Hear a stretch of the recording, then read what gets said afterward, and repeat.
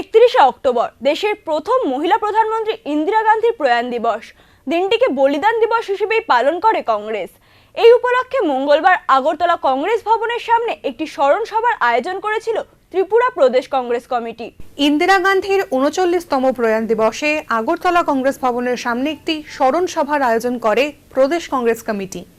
এই সভায় উপস্থিত ছিলেন কংগ্রেস সভাপতি আশিস কুমার সাহা, বিধায়ক গোপাল চন্দ্র রায় সহ অন্যান্য কর্মীরা। এদিন কংগ্রেস কর্মীরা গান্ধীঘাটে গিয়ে ইন্দিরা গান্ধীর শহীদ বেদিতে পুষ্পার্ঘ্য করেন। ত্রিপুরা প্রদেশ কংগ্রেসের পক্ষ থেকে ৩৯তম প্রয়াত দেশের প্রথম মহিলা প্রধানমন্ত্রী প্রিয়দর্শিনী ভারতরত্ন ইন্দিরা গান্ধীর ৩৯তম প্রয়াণ দিবস এই